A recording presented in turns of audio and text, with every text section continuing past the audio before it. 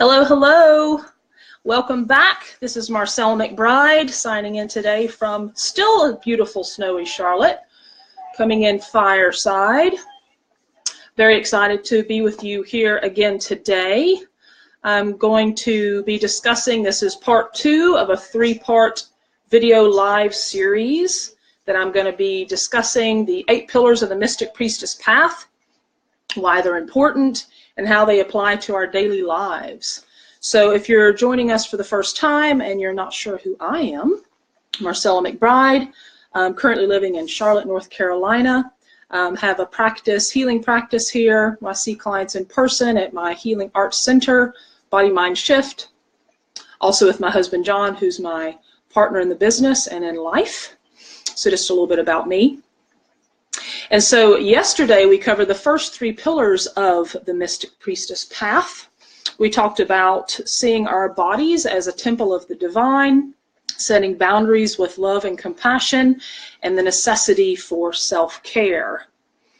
And so today I'm going to jump right into the next 3 pillars, which I introduced in the snow about half an hour ago.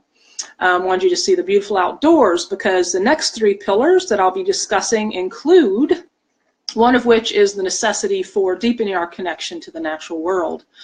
So I want to just give you the opportunity today to, if at all possible, be as fully present to this next half-hour opportunity to see what this has for you, see what this stimulates inside of you. If it questions some of your belief system, just allow that to be okay.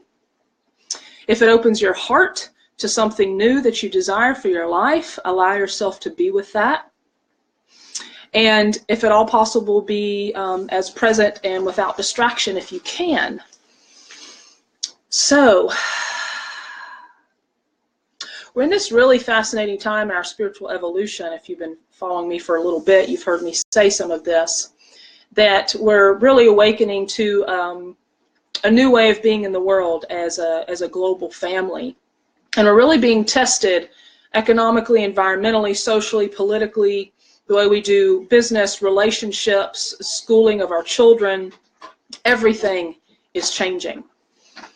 And so it can be pretty upsetting, right? When everything's like up in the air, like there's an upheaval happening, and it can feel really chaotic when the structures that we have known are no longer serving us anymore.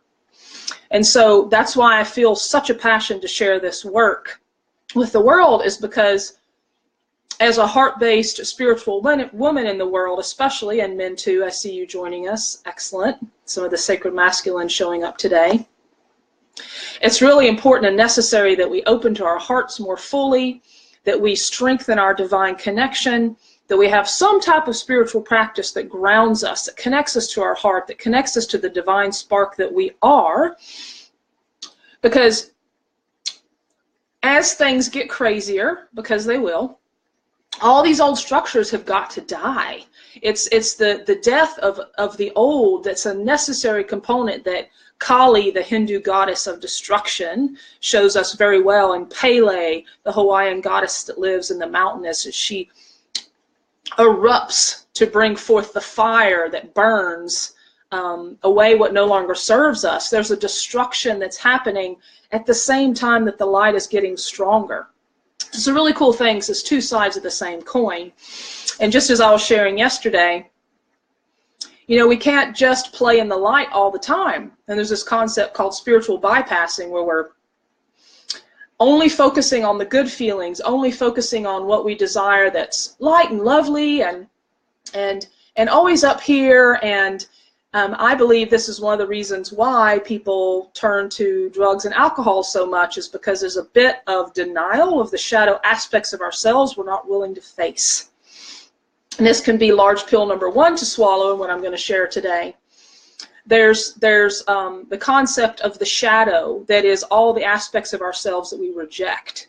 It's jealousy, it's rage, it's anger, it's suffering, it's victim mentality, it's projection, that there's something out of me that's making something happen to me in my life and I don't have control over it. All of that is the shadow aspect of us.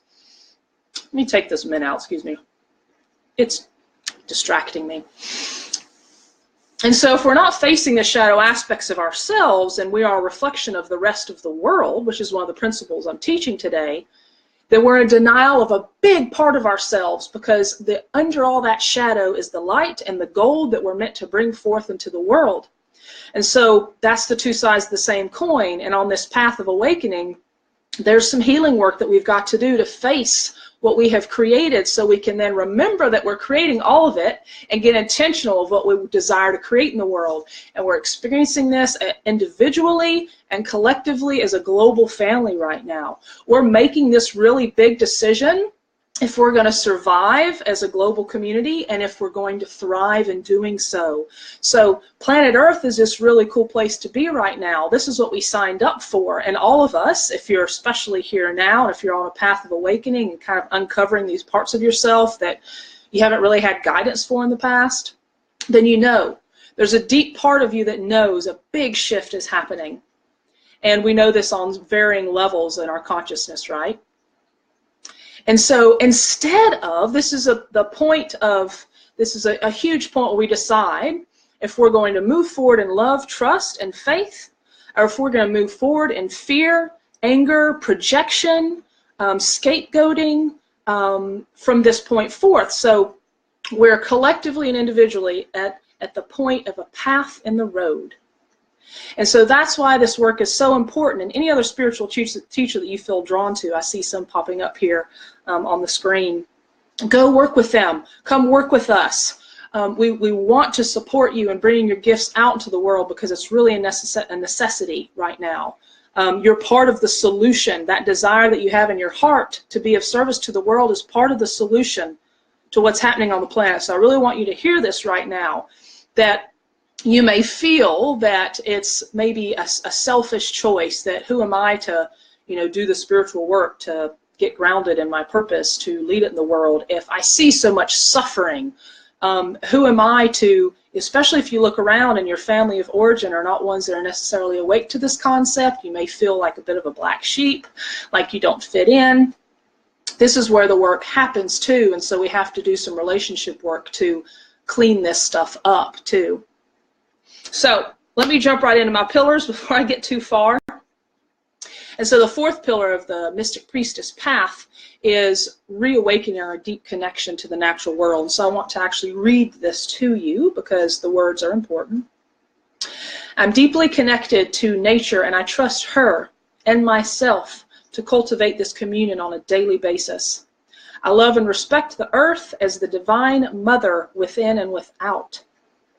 I heal my relationship with the feminine for myself, for my divine mission, and for the world. Okay, so that's a big one.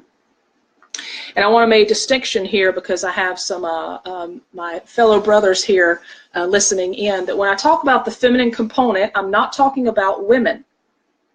Okay, the feminine exists in all things. So the feminine and masculine are energies that exist within us, that are within men and women, are in the natural world, just like the yin-yang balance of night and day, black and white, shadow and light.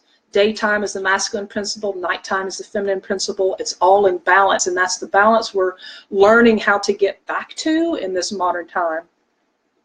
And so why this is so important, and why I was sharing this earlier out in the snowy walk, is that native cultures from around the world have honored and respected the natural world as an extension of themselves and of the divine. And so going back to pillar from yesterday about treating our bodies as a temple, so if we treated our bodies as a temple of the divine, because we are an extension of that life force, God, Goddess, divine, that lives in all things, and we reconnected our connection to the natural world as a foundation, structure, and principle, and groundedness as a part of our spiritual practice, then you would become an open channel again for the divine to move through. And what I mean by that is all the knowledge of all time, from past and into the future and now, is available to you in this moment. And so this is also a shift away from the guru mentality that, or the priest, even priestess mentality, that there's someone outside of me that has the answer, so I'm going to worship them as being the holy ones, the blessed ones, the anointed ones, Well, I would like to challenge that. And yes, we do need spiritual teachers in the world to inspire us and to remind us of who we really are, but not in a worshiping way, as much as I see you as what I desire to be in the next level of my expression in the world. So saying this to someone we may be working with. I'm working with someone right now through a year-long process, and I see in her what she's created in her business and her life is the next level of my desire and exploration and expression in the world. And so I've decided to work with her. Same for me or anyone else that may be bringing spiritual messages through. And so it's just a shift away from, oh, guru, yes, tell me the right answer always, because ultimately it's saying I don't trust myself to know. This is an awakening path to remind you and re-aspire within you that you do know. So what this work is really about is clearing all of the not knowing away, clearing all of the disconnection that we've created in our society from our hearts, from our souls, from the feminine principle, which is the heart, to remember again, as we did as children, of our divine natural nature and our ability to connect with the divine as our own intelligent source, and to allow that into our hearts and souls again, so that the earth is a natural extension of that. Okay, moving on to the fifth principle today. So I'm going to read this to you. These are really something as I read through them again. So, I treat my sisters and brothers as mirrors reflecting myself. I take full responsibility when I am upset to know that the situation has, in some part, been created by me. Oops. In taking responsibility, I take my power back and take divine right actions in alignment with the priestess I am becoming. So this is really a powerful one too. And as I started to share earlier in my snowy walk, this is different in the relationship one that I shared yesterday, where the third pillar, where we treat our relationships as catalysts for our own personal growth. This is similar but different. And I feel, all these pillars were downloaded. They just came through, I wrote them out, boom, I've hardly edited them at all. And so that's an example of what it means to be connected to the divine as a vessel for your message to come through, because you don't necessarily know what it's going to be. I didn't plan all of this when I started on this path of intention to discover and live my deeper purpose in the world. So no, I don't talk this way, just as an example. For any medium or intuitive, often the messages come through in very lofty language. So let's just bring this down. So I see my sisters and brothers as mirrors reflecting myself. And so as I was sharing earlier, so this is extension out beyond the personal, intimate relationships that we have in our lives. And this goes global. This goes out into our communities, our extended families, our spiritual communities, or church communities, if that's what you share as well, and out into a global perspective. So if we see everything that's happening in the world as an extension of our inner landscape, this is pill number 2 that can be challenging to swallow, right?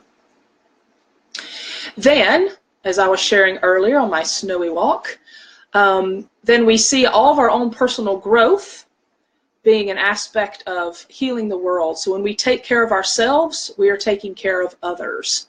And so that's why self-care becomes such an important aspect for us to integrate on a regular basis, because self-care is really care for everyone in our lives, because if we're not taking care of ourselves on a regular basis, how can we be present for anyone else fully? So this old martyrdom concept of giving, overgiving, and for us as women that are recovering do-gooders and overgivers and caretakers, we're having to learn this the hard way, right? And I would know, because I am a recovering one myself, that we can't give from a half-empty vessel. We can't give so much that we're led to exhaustion on a regular basis, because that leads to adrenal fatigue and all kinds of stress-related autoimmune disorders is what that leads to. And ultimately, the disconnection of the feminine principle, I believe, is a very strong component of the large amount of experience of breast cancer that we're having right now. That's why all of this is so important, right? And so if we really see everything outside of us an extension of our inner landscape, that when something upsets me on the outside, then I go within and I ask the question, why did that bother me? You know, just be inquisitive instead of being in reaction mode and saying, oh, that's wrong and bad. I don't believe that, and that makes me feel uncomfortable, so you need to go away. Which, if you think politically what's happening right now, there's a lot of that going on. And I know that's upsetting for a lot of us that want to see us return to healthy adult dialogue again, which I do believe that we'll return to that again. We're just not exactly having that experience right now. And so a lot of the reality TV shows and culturally, so much of the victim mentality and the amount of cases where people just sue each other left and right over things they could have really handled if they just had an adult conversation about it. So this is that's where a lot of that projection happens. So there's something that happened outside me, I'm uncomfortable with it, so you need to change so I can feel better about things. So this shifts all of that back to, if there's something bothering me that I'm upset about, I go within.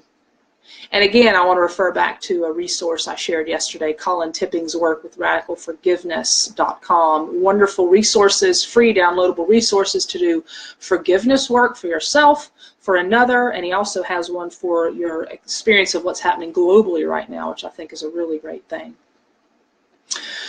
So, just an example of this that I see with the priestesses walking this path, and of myself as well. I'll give a personal example. And so when I really started to see that everything that's happening in my life is an extension of me, then I took personal responsibility for all my relationships, and especially those that were the most challenging. And I did a lot of letter writing, a lot of intense conversations where I was physically shaking, and even though I said some of the simplest things, it was breaking an old pattern that was so deeply ingrained in me, that had been taught to me by my parents and their parents to their parents, that I was breaking it. And that's why the shamanic concept of doing ancestral healing work comes through this, that when we do this work on ourselves, when we say no more, if there's a lineage line or genetic pattern or emotional pattern that's happening in our lives, it's multi-generational, we can absolutely do the work within ourselves to change that for our lineage line, for our families, and it ripples back into time and ripples out into the future. So quantum physics shares this, that it is actually true. Everything is energy. This is not just a metaphysical, spiritual concept, but it's actually being proven now with science. Quantum physics, fabulous stuff. You want to check that out. And the shamanic practices, earth-based practices, native cultures from around the world have known this for a very long time. And so I just want to inspire within you a possibility that just to think into some situation that's happening in your life that you're upset about. And just take the opportunity today to go within and ask yourself the question, what really upsets me about that? What really is it? It's stirring something within me that I'm not comfortable with, that I haven't looked at yet. So ask that question and allow the answer to come to you, and be gentle with yourself. Again, this is something that we have to remind ourselves all the time. We must be gentle with ourselves on this path of awakening, because we're learning new patterns. We're learning new ways of being in the world. We're learning new ways to do relationship. And that requires a level of vulnerability and honesty about ourselves with the people around us to really shift those patterns. And so when we're awakening to this new way, we must be gentle with ourselves, because there are literally neural pathways in the brain that have been the old pathways. And if you think about this as walking through the woods, the same path you always take to wherever you're going to, your favorite path in the woods that you like to walk on. So say that's a pathway that you and your parents and your grandparents have walked. It's deeply worn in the ground. And so one day you awaken to these concepts, and all of a sudden you want to try a new path. And the new path is through a really thicket of forest that you need a freaking machete to get through. And it's really hard. Anybody that's worked with a machete in the woods knows it's really hard to cut through all of that thick undergrowth. So let that be a metaphor for when we're creating new neural pathways in our brain, and literally science can show us this, that it can be very challenging in the beginning to make the shift. And so that's why it takes us going back to this situation that may be upsetting us and keep going back to it and recreating the new way, recreating the new way. This is where the work comes into play, and this is why we must be grounded in some type of spiritual practice that connects us, being surrounded by people that really see us in our highest possibility. It's a necessity when we're creating new ways of being in the world. So if you look around you at the people that are surrounded you in your community, and you realize you don't resonate with them anymore, it's not really doing it for you anymore, reach out. Start to expand out into new ways of being in new communities, because those are going to be the ones to say, hey, there is another possibility for you. There's another way to do this. You don't have to suffer anymore. You don't have to feel that you're a victim to the world. You can put yourself back in the driver's seat. And so just imagine yourself, you know, it's a very rural concept, right? To use a machete in the woods. You can tell that's where I grew up. But just think of that. Or a weed whacker, you know, whatever, you know, metaphor works for you. Making the path and the new way takes open-heartedness and allowing yourself to be in the process and to be honest with yourself and to be vulnerable, and that it's going to be okay. Because it can feel like a death is happening to the old self. Well, in fact, it is. And so there's actually some grieving process that has to happen around this for all of us, because we're grieving an old way of being, and literally those old cells are dying off in the body. It's a detox process. And so, again, gentle with yourself with this. And I want to move into the next pillar. All right. So here's another doozy for you. So this is the 6th pillar of the Mystic Priestess Path that I teach. I honor my word. I say what I mean, and my actions are aligned with my word. I trust that others are speaking truth to me, and I act accordingly. So as again, as I was sharing on my little snowy walk earlier, so this new way of being in the world that we're being called forth into is one of true honesty and of living our word as much as possible, being really honest with who we are, with the people around us. You know, this is, again, a learning process. We get better and better at it. And it takes practice, and it takes gentleness. And so just think, feel into your heart for a moment.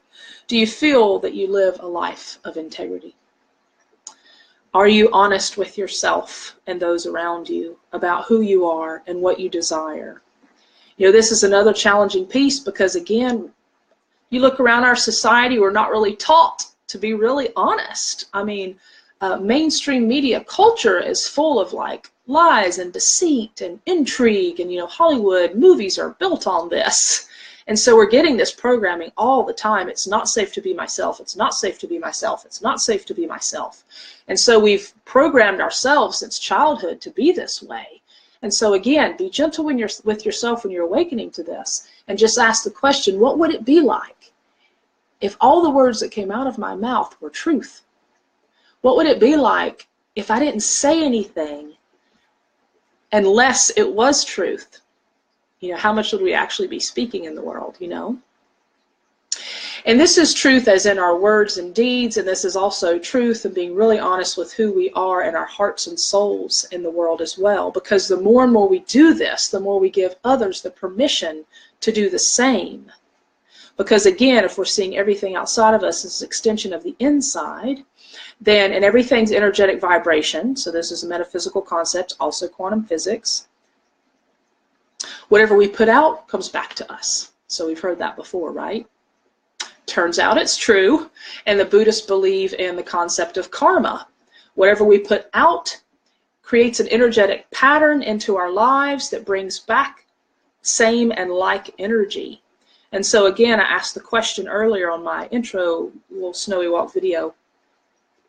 If you're someone that tends to call in a lot of people in your life that carry a lot of anger, resentment, projection, anxiety, depression, then there's probably a strong possibility that you carry that energetic vibration within yourself. Okay?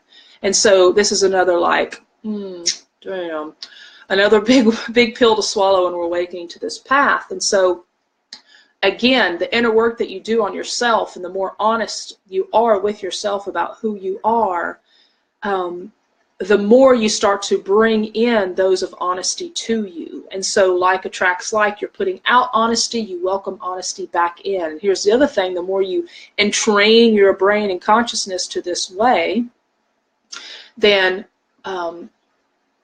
that creates that ripple effect out, and you start to attract those of like to you. So all of a sudden you notice, wow, I'm not attracting assholes anymore. I'm not attracting angry people. I'm not attracting depressed people. And we go back to taking care of ourselves, setting boundaries with love and compassion, and doing the relationship work that's necessary on this path. Then we really awaken to our deeper purpose in a whole new way. It gets easier and easier. We do the cleanup work with the people in our lives that we know we need to be honest with, to write letters to share in a heartfelt way, to take responsibility for what we've created. There's a huge energetic load that's lifted off of us. It's like we've been carrying these like suitcases of weights energetically. This is what's been happening, and I believe this is how it shows up in our physical bodies. We've been carrying this around for so long. It's the only way that we know. And so once we start to shift this, this massive amount of weight is lifted. Every time I've done forgiveness work with the people in my life and with myself, a huge amount of energy is released. I feel lighter. I feel more open. I'm going back age-wise. I've actually gotten younger because my joy has been restored, that natural joy that exists within us as children. All of that starts to be enjoyed again. I remember a very, very important part when this started to shift for me about 8 years ago when I launched my practice, and my husband John and I were out west doing a heart-based mentorship program. Thank you, Jesse and Charlotte, and the Rejuvenate community. It's the first time I started to open up to the concept that there could be a heart-based millionaire. What? So my training had always been, growing up, that people with money are bad, and that in order to live a life of, to be humble and respectful and honorable and spiritual, then you choose to live with less. And I do still feel that aspects of that are important, but unfortunately it created a level of scarcity within my consciousness that shifted everything moving forward. Something that I've had to heal greatly to be able to have a practice doing what I love. So going back to this memory about 8 years ago, and I remember this joy returning for the first time, had been doing a lot of internal work around allowing this work in, allowing myself to be supported in a community of like-minded souls, to believe that I could create a business doing what I love and make money doing it in a heartful, soulful way. And one of the evenings, it was out in California, one of the evenings we were all gathered in the pool just celebrating big breakthroughs we'd had that weekend. And I remember playing that game where you get up on somebody's shoulders and you're trying to pull the other person off. And I just remember laughing so hard. I tapped into this deep recess of joy within myself that I had not felt in a very, very long time. I grew up in a bipolar alcoholic home. It was very stressful. About after 9 years old, my brother had a diving accident and was paralyzed. There was a lot of intensity that happened. And when I talked yesterday about original innocence being lost, that's when mine was. And I believe that's where my joy was lost too. So I tapped back into, we all have these experiences, right? So that tapped back into that wellspring of joy that lived within me. And I just remember laughing so hard I started crying because I found it again. And ever since then, I've been able to tap back into that and grow it and strengthen it and continue to do this internal work and continue to expand this joy factor. And I know when we're suffering or we're having a really hard time, it's challenging to find that joy. But I want you to carve out the time to find that joy, to find your light even in the midst of it, because as spiritual warriors walking this path of light and love and awakening, we must find that, reignite it. What is it that really brings you joy? And it's an energetic state of being, right? So find that thing that activates that within you again, because it's necessary. It's a necessary component of our creations in the world. It's a necessary component of us remembering again the innate, the natural innocence that lives within us. So, if you are an awakening woman in the world and would like to learn more about this 9-week introduction to the Priestess Path I'm teaching, it's starting the end of this month, I'd like to invite you to join me. And this is the second of a 3-part video series that I'm doing this week. The third one will be tomorrow at noon. So my website's marcelamcbride.com. Go check out the details there. It's going to be a 9-week webinar series, so we're going to be able to join each other face-to-face with women around the world to take these principles deeper. And as you can see, these are really deep concepts. It takes time, and this is just an introduction. But even with this, it's going to be able to pull back the layers of your concepts and understanding, a belief system about yourself to start believing in something different again, believing that it's possible to create exactly what you desire. And so I'm offering a really sexy bonus to join me this week by Friday, 6 p.m. EST. You get 2 private sessions with me. So we'll get over the phone. We can do Skype if you want to see each other face-to-face, or Zoom webinar technology I'll be using for the training, and really dive into these principles with you and support you and hold you in the possibility of making a big shift in this year. What if this could be your breakthrough year to really create your desires, to come out more fully engaged in your sensuality, your creativity, connected to your soul purpose, connected to your heart, and doing the work to allow that to happen? Because the feminine principle is a principle of allowing. It's trusting, it's having faith again that it's all possible, and that's really where the work happens again. It's an unlearning of what has been and a relearning of what's to come and what we desire. So marcelamcbride.com, go check that out. My name's spelled with 1 L. And join us this week. I'd love to get on the phone with you as soon as possible to have our first breakthrough session together to get you started. Some really beautiful women joining us. And I also have a 4-part MP3 guided meditation series that I've used throughout my entire practice. Very powerful meditations we'll be utilizing in a live perspective in our group format. And also you'll get a copy of those now to go ahead and jump in. And it comes with a workbook as well to get you started. So all that's available to you this week to join us by this Friday evening, 6 p.m. EST. Really thrilled to do this work with you.